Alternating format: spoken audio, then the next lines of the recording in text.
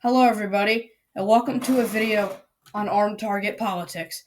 Today, we will be going over the governor's election in the state of New Jersey. Now, this is an interesting election because that and the Commonwealth of Virginia are the only two states in the country to have a governor's election the year after the presidential election, here in 2025. The election will be between Democratic candidate Mikey Sherrill, who serves in the U.S. House representing uh, North Jersey, and Republican Jack Ciattarelli. These two candidates are, I believe, in unique positions to win the election. However, I think it is going to be a lot more competitive than some think. Now, one may say Mikey Sherrill should at least be able to win the election, and I can see why, which he should be able to, because New Jersey is indeed a Democratic state. Everybody knows that. However, it has been shifting a lot over the years. As you can tell, the election, the previous governor's election, was in 2021 against Phil Murphy. We had Jack Ciattarelli run the first time in the general election. He only lost by about 3 points.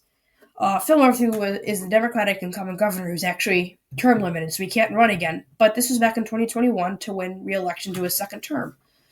Previous to that, he won by a lot more against Kim Guadagno. Now back to 2021, this election was not supposed to be this close. And at the time, Republicans had even less registered Republicans than they do now. And still, they don't have a ton. However, New Jersey was even a bluer state at the time. So Jack Ciattarelli was able to shift this state by a lot.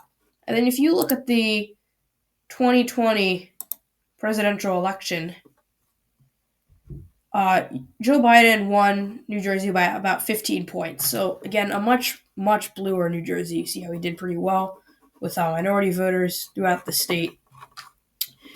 It shifted a lot. And then you can also tell at the presidential level that Donald Trump shifted the state by about 10 points. Kamala Harris only won it by about 6. That's a lot closer. So you can tell New Jersey has been shifting Republican. And I am led to believe that Jack Ciattarelli has started that rightward trend. And I'm noticing that Republicans are gaining registration in the party. Now, I'm not saying I'm biased, but that is what I'm noticing about New Jersey's recent voting habits. Now, what is more intriguing is the polling that underestimated Jack Ciattarelli in 2021.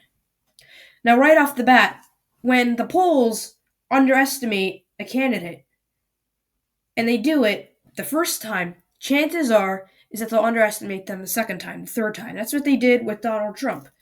They said that he had no chance of winning in 2016, but he still was able to win. They got it right that Joe Biden won the election, but they underestimated Donald Trump's support, as they did in 2024 when he won again.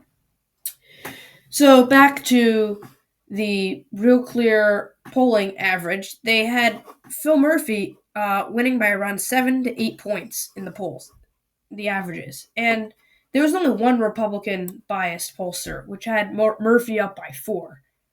But all the other polls were, some reliable pollsters: Monmouth, Stockton University, Emerson. These are nonpartisan pollsters.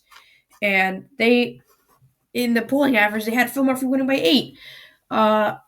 He only won by 3. So they underestimated Jack Ciattarelli's support by 5 points, which is pretty interesting. It was a pretty big polling error.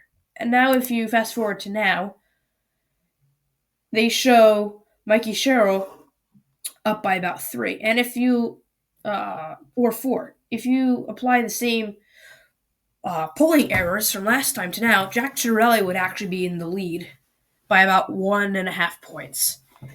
Now, I'm not saying that Jack Ciattarelli is going to win by nearly 2 points. I'm not saying that. However, this makes the election a lot closer, a lot more competitive than a lot of people are saying. Because you could take note in the beginning, Mikey Sherrill had a huge lead over Jack Ciattarelli in the beginning.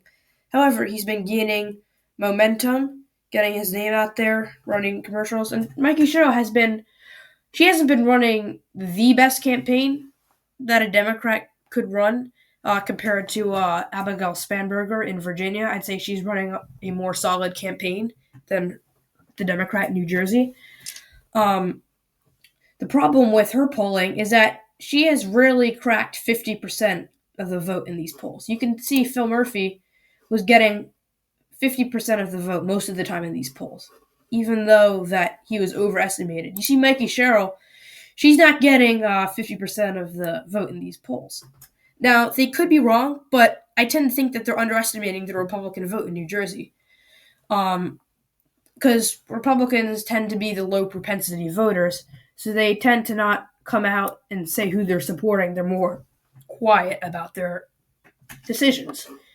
So I think the election is more neck and neck. I think it's going to be. I think whoever wins the election will win no more than 50% of the votes. There's a good chance that if Mikey Sherrill or Jack Ciattarelli do win, I think that it'll be with a plurality of the vote. That's my opinion.